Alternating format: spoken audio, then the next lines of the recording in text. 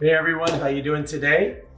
Thursday night, and we're gonna be making a 5-ingredient meal that is a family favorite and one of the things that my wife Tony, my sous chef, my partner, does better than me. So I'm gonna prove to you 5-ingredient meal, 20-25 minutes. It might be 25 minutes today. Next time you do it, 20 minutes most, okay? And for the pasta today, I'm gonna be making it with some chicken breast.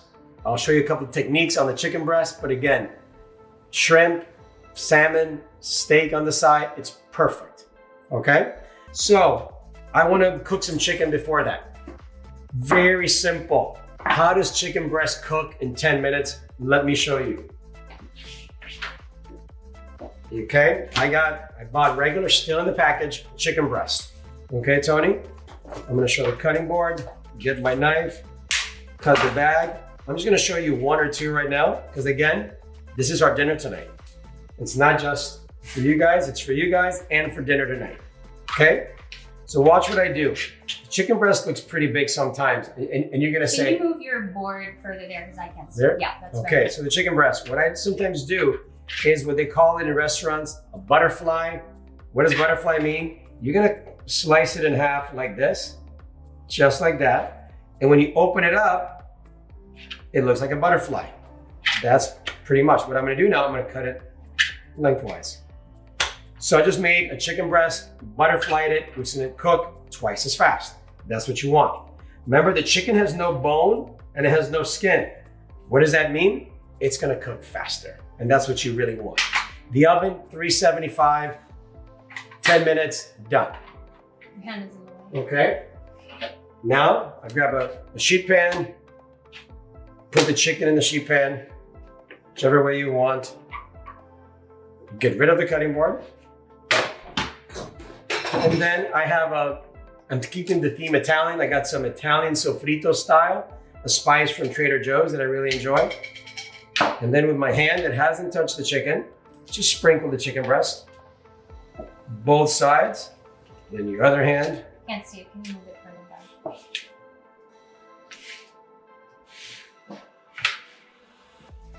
further back? Okay, so right there, season everything like that.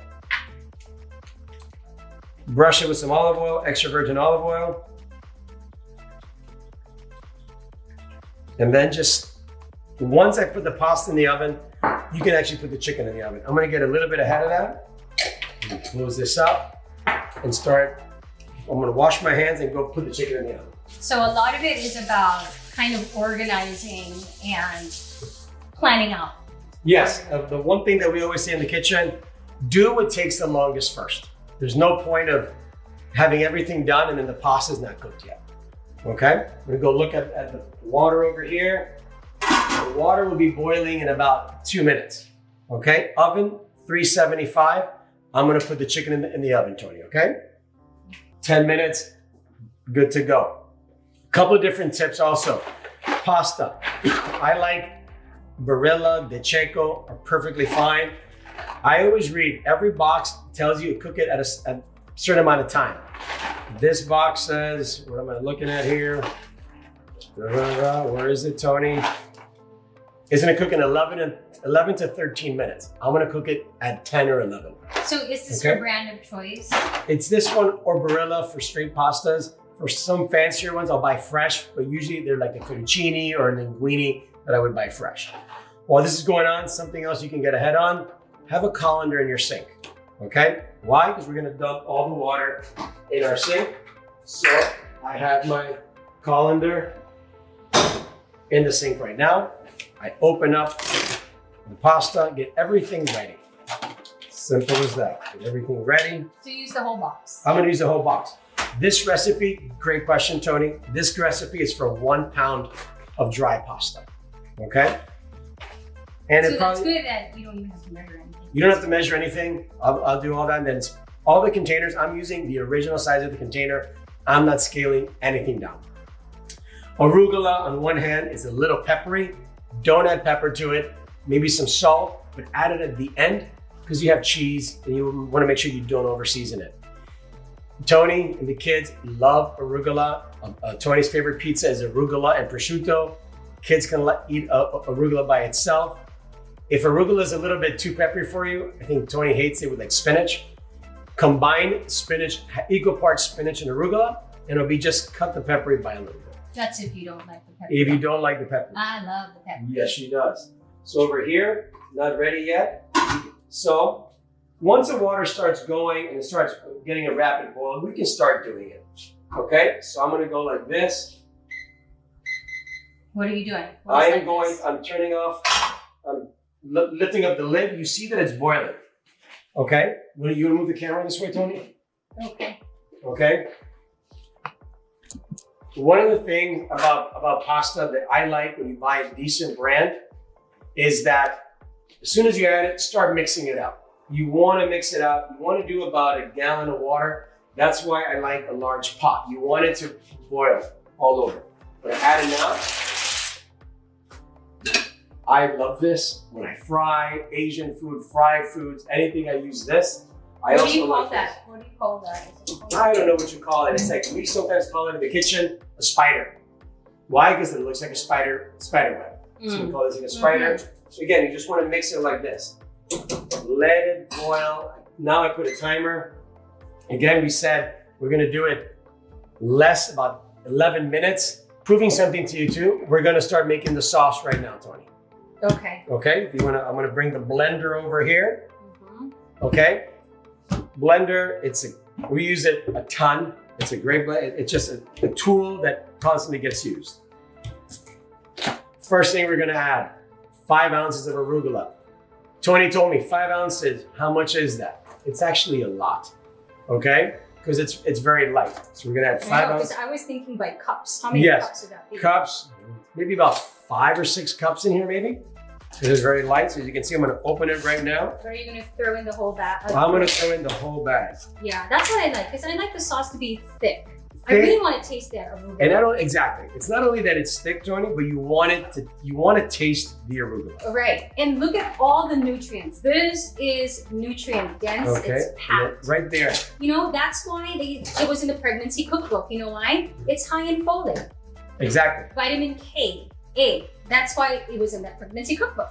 And then now I'm going to add milk. I haven't measured it. It's right here. I'm going to add half a cup. Learn your style, learn what you want to add to it. Maybe it's a little bit more, a little bit less. I think I even use heavy cream, to be honest. You can use heavy cream. I like milk because the mascarpone is going to thicken it up a little bit. If you want it a little bit thinner, I might use a little bit more milk, but I want to add a little bit at a time because I might not need it, okay? Mascarpone cheese. This is fantastic. I serve it for breakfast sometimes. You add some sugars. Really? You serve it at the hotel? Yes. It's almost like we use it like for roasted pineapple. We'll serve this on the side. We'll season it, a little bit of sugar. Almost, again, this is what a tiramisu is, mascarpone. So I take it out, I add it to the milk. You know, a little tip about that. There was once in Anguilla that I grabbed the flavored mascarpone. I didn't realize it. I was so mad when I got home. It was like chocolate. Did they make chocolate? Was it chocolate mascarpone or They probably make everything now. Yes. Yeah, so yeah, don't make that mistake. Don't just grab any mascarpone. And then lemon, one lemon I use. Again, no measuring. I'm gonna add the lemon. The whole thing. Just like that, look at that. That's what you want. Lemon, as you know, brings out the flavor, gives it a nice little zap to it.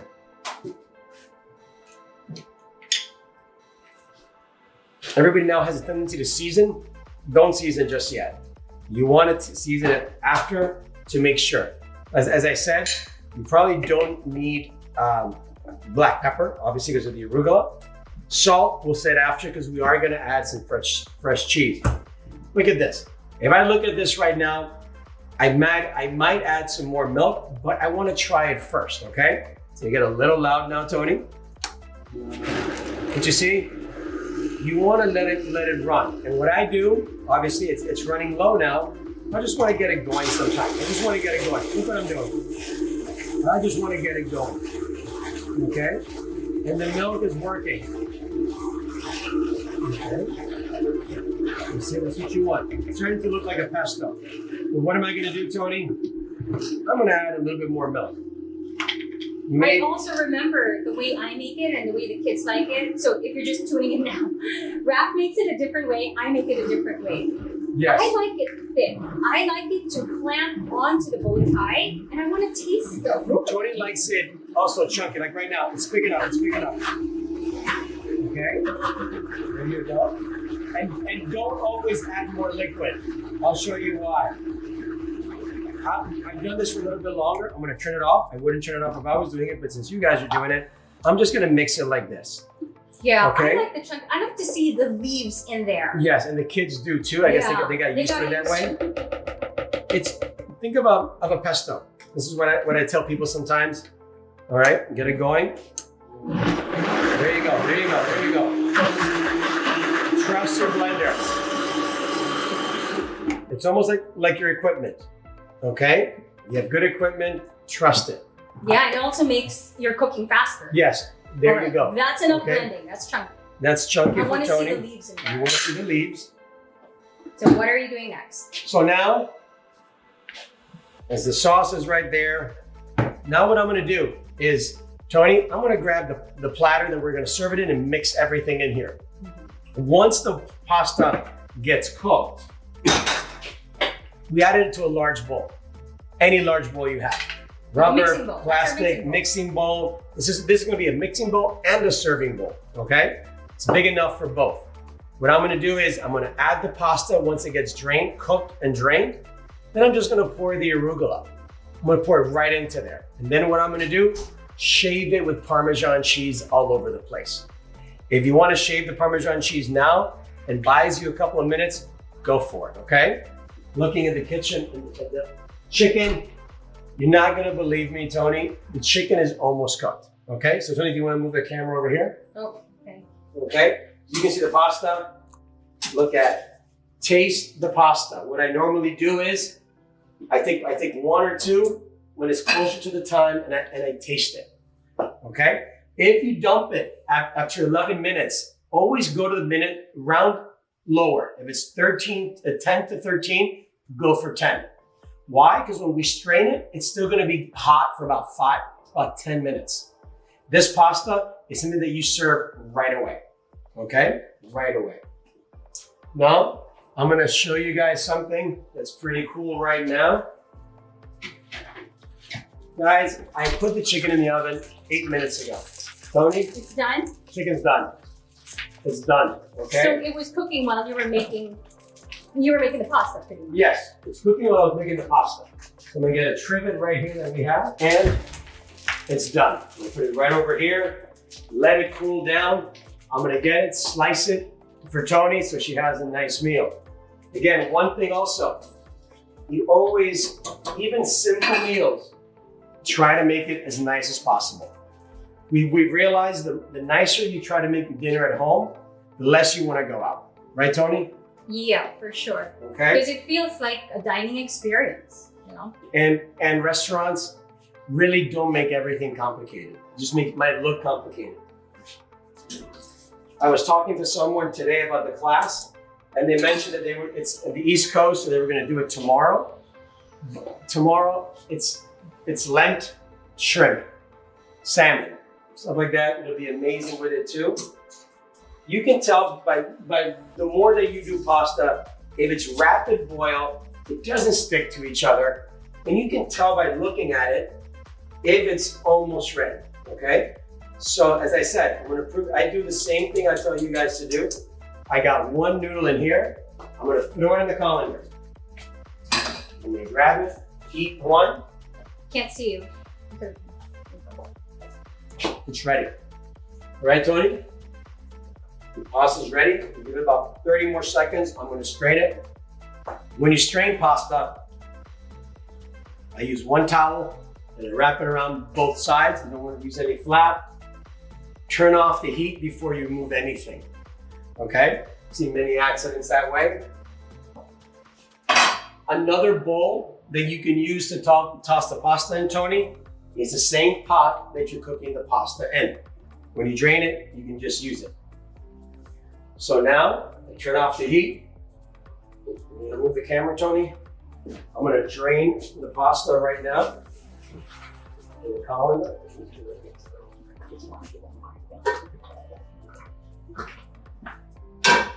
want to make sure that you really drain it nicely. See all that water there, Tony? Mm-hmm. Shaking it.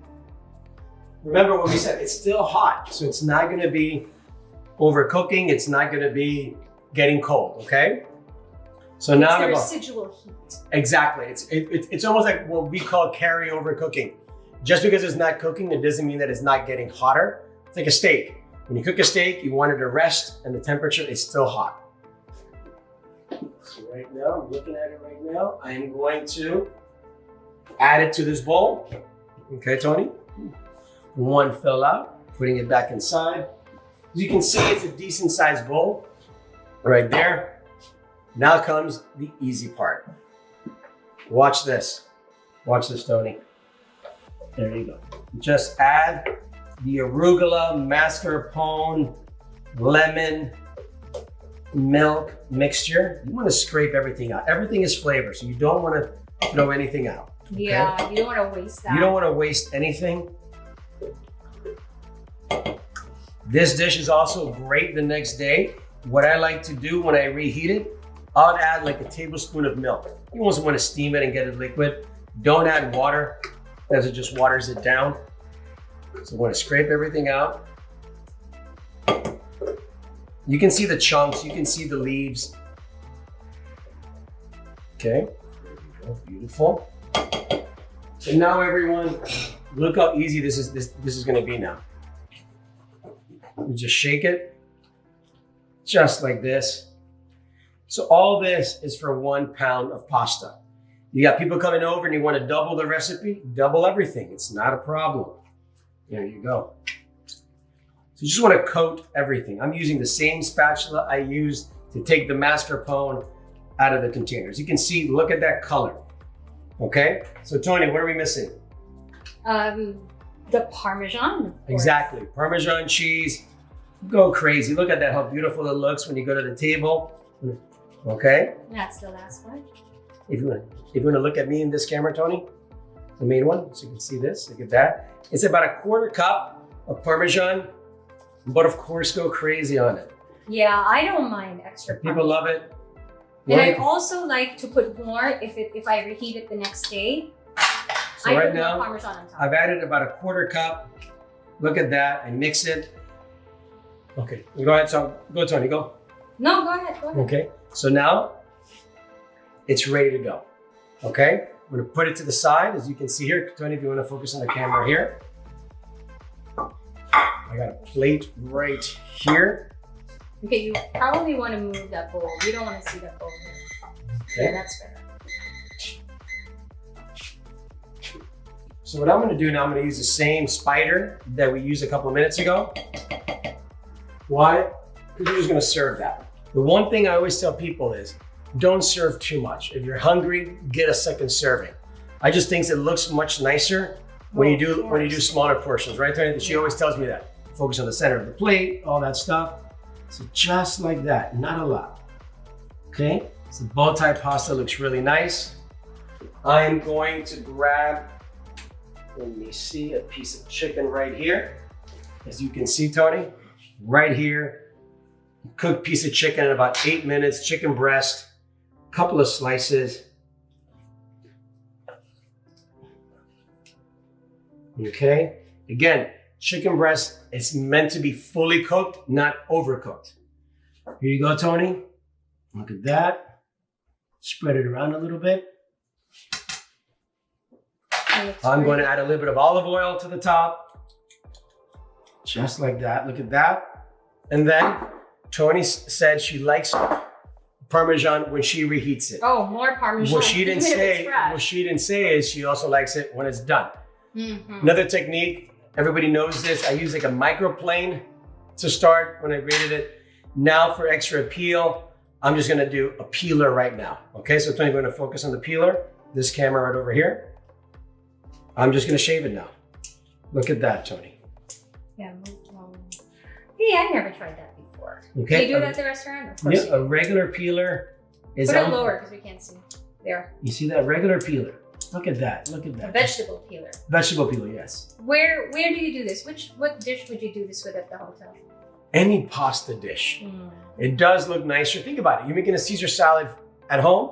Why not do it this way? You want to toss it with grated parm, but then when you're serving it with the croutons, everything like that, then of course just use a peeler. Peeler is not just for when we do our drinks, Tony. Lemon zest, orange zest, peel. That's what I use also. Well, it looks great. So right here, I'm gonna grab a fork so Tony can have some. She is the sous chef, so the sous chef is usually the first one that eats. You wanna try it, Tony? Sure. Let me see it. Okay. I think it looks pretty chunky. It looks beautiful. I think it looks great.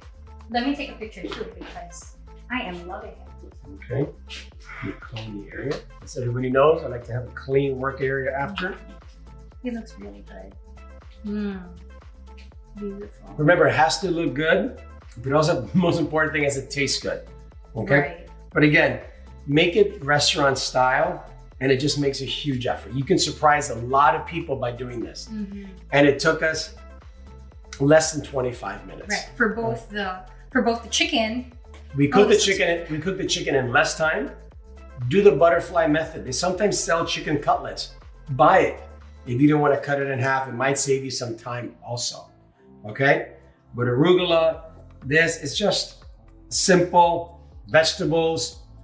Another kitchen hack, Tony, and I've done it before, so I've cheated before, is I don't have mascarpone, I add cream cheese.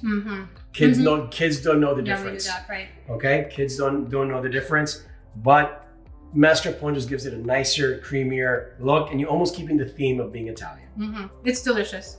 You should really all try this because it's so easy to make, and then of course it's nutritious and delicious. Okay. So if everyone had a good time, learned something, quick, easy dish. Yeah, I can't say it enough. This is a favorite, and it makes me feel good when I make it because I'm not serving the kids, garbage, and it's not a frozen meal. Yeah, you made it from scratch, so try it, guys. So how can people? Well, they can email me at Rafael@chefrafaelgonzalez.com. I'm on Instagram, chef.rafael.gonzalez. I'm even on TikTok, Chef Raf Gonzalez. Oh, maybe my daughter and son are.